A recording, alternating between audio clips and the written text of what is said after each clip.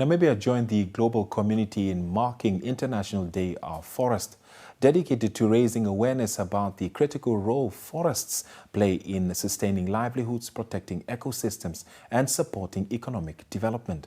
This year's commemorations took place at Rundu in Kavango East under the theme Forest and Economies, highlighting the growing link between natural resources and economic opportunities. Now in studio, we are joined by Forestry Director from the Ministry of Environment, Forestry and Tourism, Mr. Johnson Ndakosho, to help us unpack the significance of the day and what it means for Namibia. Good morning, sir. Thank you so much for making time to be with us here on Namibia Connects. Good morning, Ivan, and good morning, all the viewers at home. It's good to be here.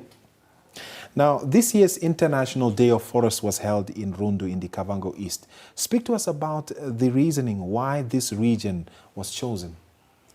Well, Kavango East region, and let me just say Kavango West, Kavango East, and the Zambezi regions are the mainstay of forest. They have the most forest covers in Namibia because it's not surprising because this region also receives quite a lot of rainfall, and forests grow obviously where you also have a corresponding rainfall. Now, Kavango East, to be specific, was just chosen because of the fact that, yes, we have the highest forest cover there, but also the communities in those regions are forest dependent for most of their daily uses, be it for firewood to cook and warm waters and all that, poles and crafts and so on. So these communities are associated with forests, and it was very imperative that we take the celebration and the observation to the people so that we create awareness, not only for that region, but the whole country as a whole. Thank you. Can you fill us in on the day's program and what the day provided to the public who attended? Well, the day's program was essentially about awareness creating. First of all, it started off with a program involving tree planting at a local secondary school. And thereafter, the whole delegation moved to the Ministry of Environment, Forestry and Tourism, the Directorate of Forestry office there in Rundu, where they've been shown how to care for trees and how to plant them. There's a local nursery there, and the colleagues were really explaining this is very important, that whilst we have a highest forest cover, it's also important that we ensure that we plant more trees. And after that, then they took a nature walk from the forestry offices to the museum in Rundu. And there the governor delivered a keynote address, really highlighting the importance of forest in our livelihoods, including the role of forest in terms of many ecosystem services the forest and trees provide to us. They serve as oxygen provider for people, the air that we breathe in. They obviously help us to fight climate change because they remove carbon dioxide from the atmosphere. They also habitat for animals, for birds and all that. And they also provide us medicinal plants and building materials and so many, a plethora of benefits that we get from forest and trees. Now, this year's theme is Forest and Economies. What does this mean in practical terms for Namibia? Well, in practice, really, it means that organizing communities to participate in the management of forest resources. And once they do that, then they also get a quota, for example, to harvest timber. And then the timber, they can bring it to the market. In other words, it's making sure that we protect the resources, and then by protecting the resources, you also then get to benefit by getting a quota that the Ministry of Environment provides to this community. The other one also involves what we call non-timber forest products, things like fruits and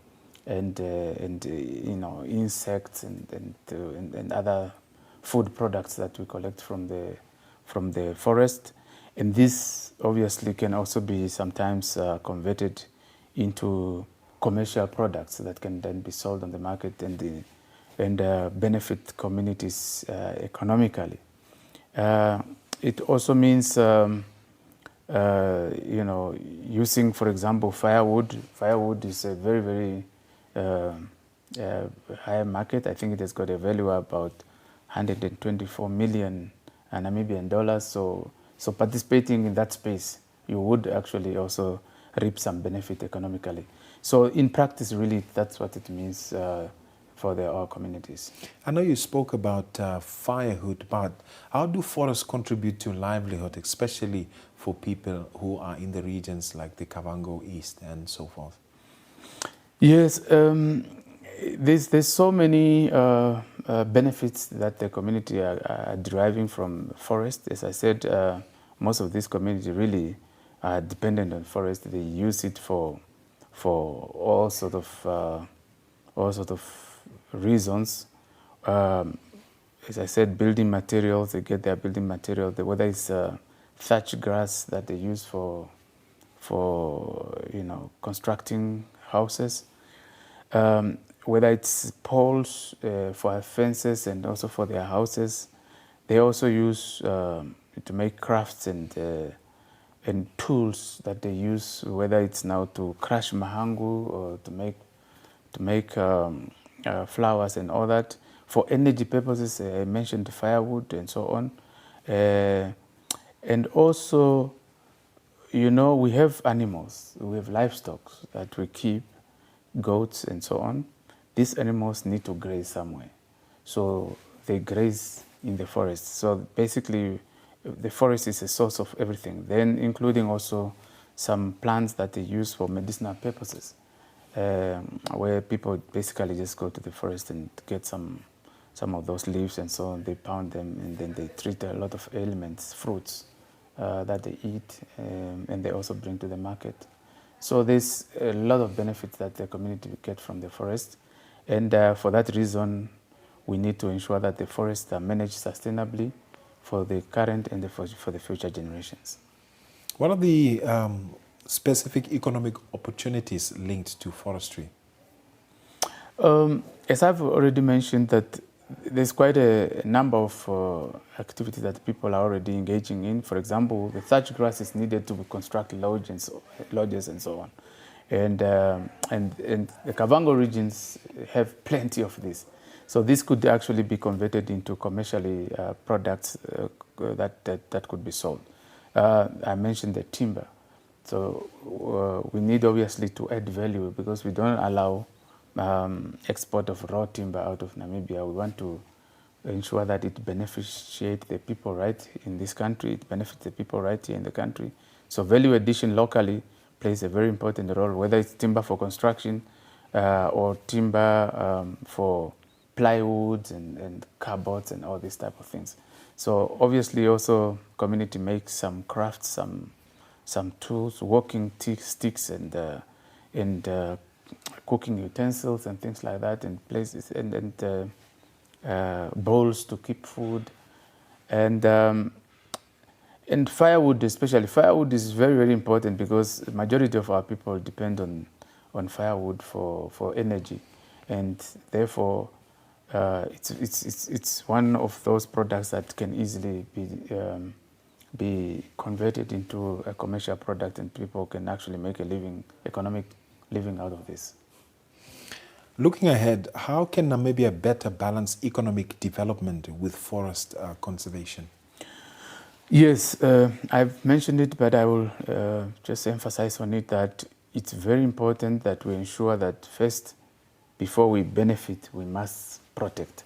So we need to protect the forest against, for example, human-caused fires, because sometimes we handle fires without care, and as a result, this fire gets out of and then caused tremendous damage to our forests. So we need to protect this forest.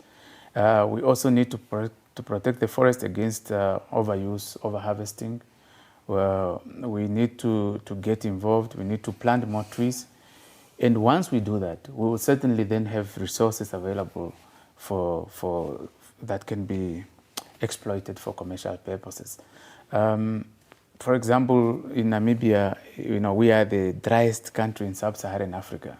And as such, our forest is slow growing. So we need to make sure then that we really look after this forest, we look after these trees, and the environmental services, including the economic services that we get, will be guaranteed.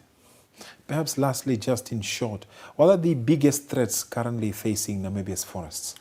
Yes, as I said, definitely overharvesting it tend to be one of them. Deforestation, where people are cutting trees to convert the areas into, say for example, crop fields.